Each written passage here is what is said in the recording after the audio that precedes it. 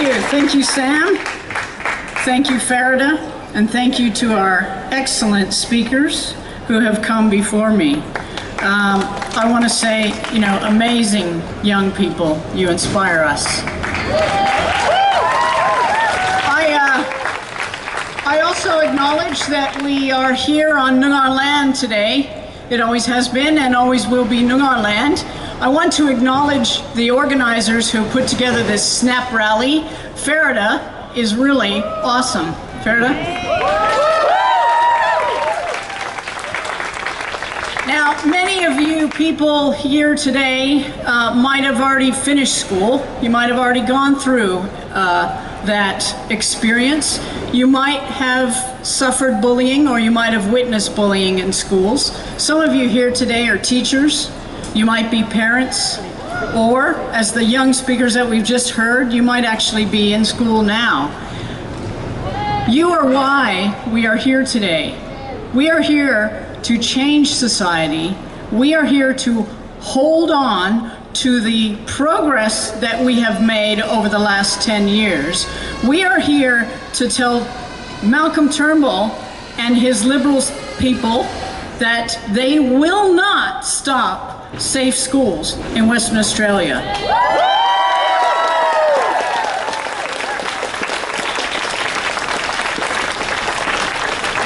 This is not a marginal issue.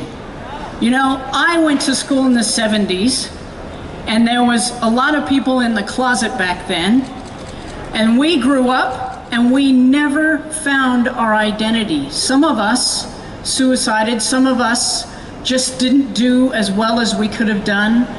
Many of us lived lies. We lived lives that were not our true identity because we did not have a school where we could be who we are, where we could explore our identity, where we could become the individuals that we needed to become. That is why people my age have fought for safe schools. We know what it's like, and we don't want our children growing up in those conditions. We want our children growing up in safe schools.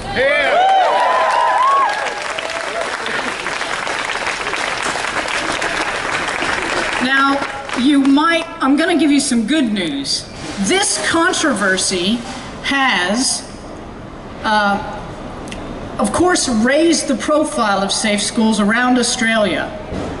There are an additional 32 schools who've signed up since this controversy began.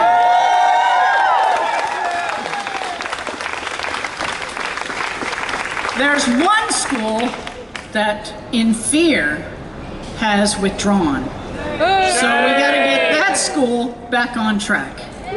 But it's not just that school that we need on track. There are about 500 schools around Australia. I'm sure the number is bigger than this because it grows exponentially as people understand the programs available. But there are 500 schools and something like 13,000 educators who have gone through this program already. So guess what?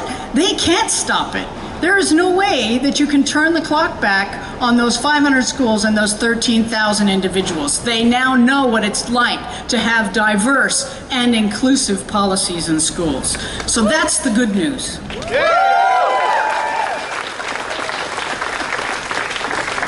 We also have really important and strong allies. The Australian Secondary Principals Association, the Australian Council of State School Organizations, the Human Rights Commissioner, the National Children's Commissioner, the State Schools Teachers Union in Western Australia. Are you here today? Let's see ya. No, not yet. They're here today. And the Youth Affairs Council of WA, YACWA, is also on board. So we have powerful allies. Now, I want to give you some numbers, and I've written numbers down because I'm one of those people. I'm a words person, not a numerate person, so I've written numbers down. At least 10% of young people are same-sex attracted. Now, we know that number's higher, but we're going to live with at least 10%. At least 4% of young people are transgender or gender diverse. 1.7% are intersex. 61% of same-sex attracted or gender diverse young people in Australia have experienced verbal abuse. 18% of same-sex attracted or gender diverse young people in Australia have actually experienced physical abuse.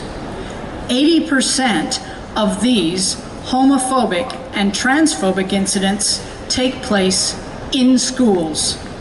There is a great need for this program.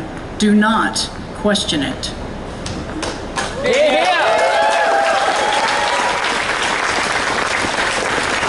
Now, I had a little bit of a thought because, you know, when you are diverse, you do tend to think about the heteronormative culture.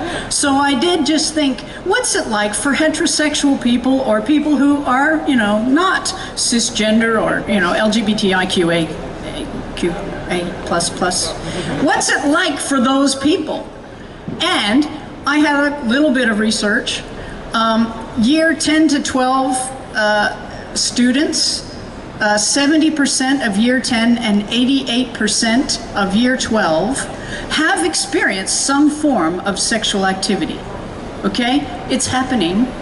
So we can't pretend that whether you are heterosexual or whether you are other, that you are not experiencing sexual thoughts, that you are not growing up and developing your identity.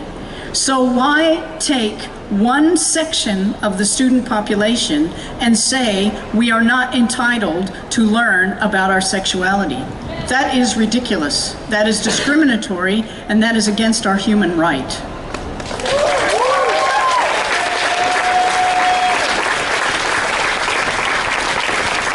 Now, I know we're going to hear from some teachers and we're going to hear from people who have experienced bullying in schools, and we're going to hear a lot more, and that is why I'm here today. That's why I'm supporting this rally, because your voices need to be amplified in our society. Your voices have to drown out Peter Abetz. Your voices have to drown out even Malcolm Turnbull if he dares raise his voice on this matter. Your voices matter, and your voices are the ones we're going to be promoting over the weeks to come, so that people understand everybody deserves to have safe schools. It's not a weird thing, it's the right thing.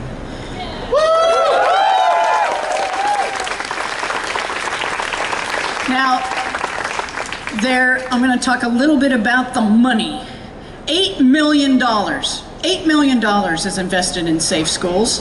Guess how much is invested in the chaplaincy program? 243.8 million. You've seen the meme. $243.8 million is invested in the chaplaincy program, and Safe Schools gets $8 million.